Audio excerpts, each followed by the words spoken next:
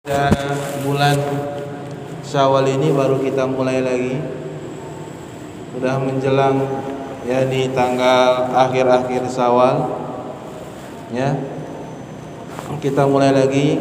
Mudah-mudahan apa yang kita mulai ini terus berkelanjutan dan bermanfaat untuk kita semuanya dan kaum muslimin. Selawat juga serta salam marilah kita perbanyak kepada Nabi sallallahu alaihi wasallam. Allahumma sholli wa sallim ala nabiyina Muhammad. Karena dengan memperbanyak selawat kepada Nabi sallallahu alaihi wasallam, Allah akan angkat derajat kita dan yaumil kiamat kelak. Allah berikan syafaat dengan izinnya. Yang saya hormati Bapak Sekda Bendahara PDM Atam, Ketua Ranting Kitempurung hadir, bapak-bapak orang tua kami, Ketua BKI Masjid yang kami hormati dan kami muliakan. Kita bahas surat Muhammad. Surat keberapa tadi Pak? 47. Surat Muhammad, surat yang ke-47. Kalau diurut juz yang ke-26. Jadi juz 26 itu mulai dari surat Muhammad kalau nggak salah saya. Muhammad terus ke terusnya. Jadi surat Muhammad ini, Bapak-bapak sekalian, ini termasuk surat Madaniyah. Jadi Allah turunkan surat Muhammad ini setelah Nabi dan para sahabatnya hijrah ke Madinah. Dan surat Muhammad ini kalau kita lihat dari awal sampai akhir dari kejelasan para ulama, itu fokusnya menerangkan tentang kita, perperangan Nabi Muhammad sallallahu alaihi wasallam bersama orang-orang beriman melawan orang-orang kafir. Dari ayatnya jelas nanti kita lihat. Dan sebab kenapa orang kafir itu diperangi, ada sebabnya, sebutkan dalam ayat ini. Allah Subhanahu wa taala sebutkan ayat ini tadi di dalam Al-Qur'an. Bahkan di ayat yang pertama sudah jelas ya, bahwasanya sebab mereka diperangi itu ya seperti itu, ayat yang pertama. Kemudian ayat ini masih para ulama berselisih apakah ini disebut dengan surat Qital, peperangan, ataukah surat Muhammad. Namun sebagian para ulama mengatakan surat Qital, surat peperangan, karena bercerita dari awal ayatnya bercerita tentang peperangan Nabi Muhammad SAW. Bercerita Allah memberikan pertolongan kepada orang-orang mukmin ketika menghadapi orang-orang kafir. Bercerita tentang keadaan orang-orang munafik. Ya, di sini disebutkan semuanya. Dan surat Muhammad ini dia disebut dengan surat Muhammad itu karena ada penyebutan tentang Muhammad di dalamnya, penyebutannya. Tapi kita tahu disebutkan Muhammad sallallahu alaihi wasallam Al-Qur'an itu dalam banyak surat. Ada disebutkan di Al-Imran, sebutkan Muhammad. Kemudian disebutkan di surat Al-Fat kemarin Muhammad. Disebutkan juga dalam surat ini Muhammad, ya. Banyak disebutkan yakni Nabi Muhammad sallallahu alaihi wasallam, ya. Jadi dikatakan ini surat Muhammad karena secara ayat, ya, secara ayat maupun secara hadis bercerita tentang Nabi Muhammad sallallahu alaihi wasallam. Jadi luar biasa ya. Kita mulai, ya. Tidak usah kita perpanjang mukadimah. Kita mulai saja surat Muhammad yang pertama. Disebutkan A'udzubillahi minasyaitonirrajim. Bismillahirrahmanirrahim. Alladzina kafaru wasaddu an sabilillahi adalla a'malahum. Dengan menyebut nama Allah yang Maha Pemurah lagi Maha Penyayang, orang-orang yang kafir dan menghalangi manusia dari jalan Allah, Allah menghapus perbuatan-perbuatan mereka. Ini dua sebab kenapa orang-orang kafir diperangi. Yang pertama, alladzina kafaru. Mereka itu adalah kufur. Mereka kufur dengan tauhid. Ya, kufur kepada Allah. Kemudian mereka kufur yakni tidak meyakini berjumpa dengan Allah Subhanahu wa taala. Wa liqaihi. Dan mereka kufur dengan ayat-ayatnya, kufur dengan rasulnya. Kemudian wasaddu ghairuhum anidkhulul fil Islam, ya, wasaddu an sabilillah. Dan mereka juga melarang orang lain untuk masuk ke dalam Islam, melarang orang lain untuk mengikuti Nabi Muhammad sallallahu alaihi wasallam. Maka dua ini cukup Allah Subhanahu wa taala katakan adalla a'malahum. Mereka itu yakni sesatlah perbuatan mereka. Sesatnya perbuatan mereka itu maksudnya Bapak sekalian, di dalam ayat ini maksudnya gugurlah seluruh amalan mereka tadi. Orang-orang kafir itu banyak kebaikannya, bukan tidak ada kebaikannya. Orang-orang kafir itu ya ada kebaikannya. Setiap orang ada kebaikan, tapi di Al-Quran tidak pernah Allah sebut kebaikan orang-orang kafir. Karena kebaikan manusia itu sudah maklum. Dalam rangka memberikan peringatan kepada mereka, Allah sebutkan saja kesesatannya. Masing-masing kita punya kebaikan. Saya, bapak-bapak sekalian punya kebaikan. Tapi kalau dalam rangka menasihati, tak perlu kita sebutkan kebaikannya. Karena yang kita inginkan adalah peringatan. Maka orang-orang kafir itu mereka itu suka memberikan makanan. Orang-orang kafir Quraisy suka memberikan makanan. Kemudian mereka suka menyambung tali silaturahmi. Quraisy itu kuat menyambung tali silaturahmi. Ya, maka kata Allah Subhanahu wa taala adalla a'malahum. Maka sesatlah perbuatan mereka. Maksud sesat perbuatan mereka ini Bapak sekalian, maksudnya adalah Allah tak akan balas perbuatan baik mereka tadi. Karena mereka kufur kepada Allah Subhanahu wa taala, kufur kepada Rasulnya.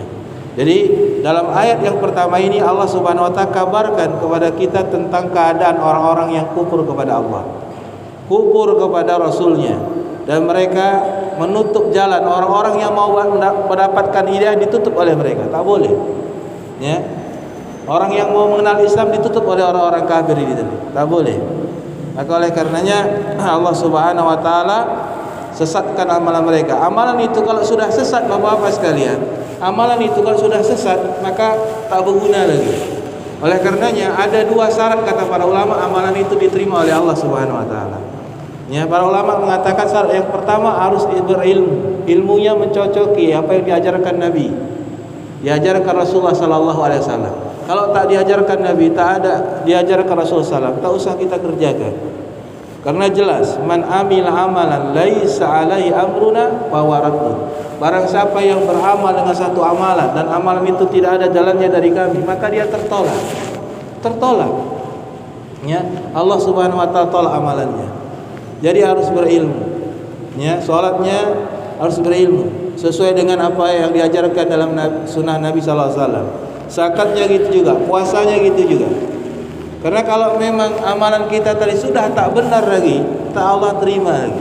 Amalan yang benar saja, sudah benar dia, sudah betul ikuti sunnah Nabi sallallahu alaihi wasallam, belum tentu diterima oleh Allah Subhanahu wa taala. Allah Subhanahu wa taala katakan ya di dalam Al-Qur'an ya, bahwasanya huwallazi khalaqal mauta wal hayata liyabluwakum ayyukum ahsanu amala. Sesungguhnya Allah lah yang menciptakan kematian, Allah menciptakan kehidupan, dan Allah menguji kita, dan Allah ingin melihat ayyum ahsanu amala, amalan yang mana yang paling baik di antara kita tadi.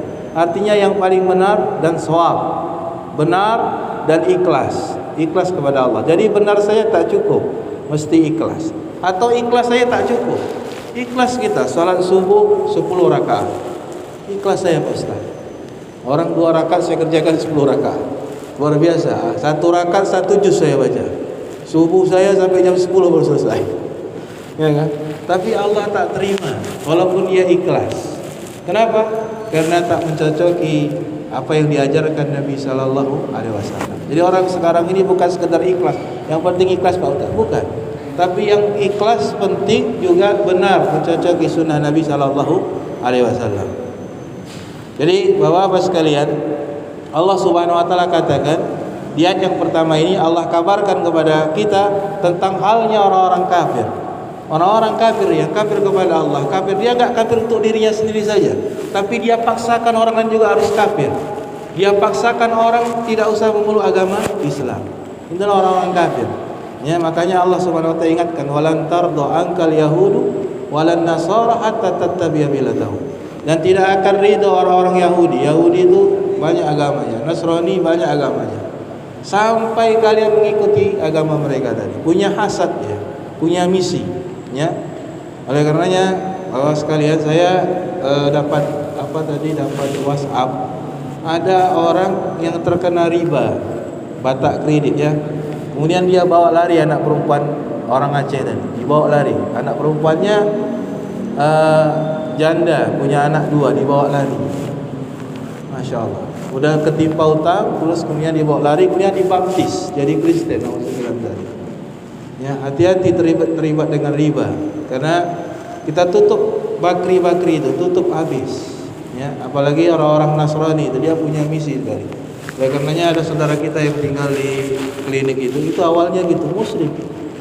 Awalnya muslim, kemudian dia dibawa lari, dikasih minum air putih, minum, kemudian tak ingat apa-apa lagi. Ikut suaminya, ikut Nasrani. Akhirnya setelah punya anak 4 sadar, kemudian dia masuk ke dalam Islam. Sekarang tinggal di klinik itu. Masya Allah. Awalnya Islam, murtad, kemudian Islam lagi.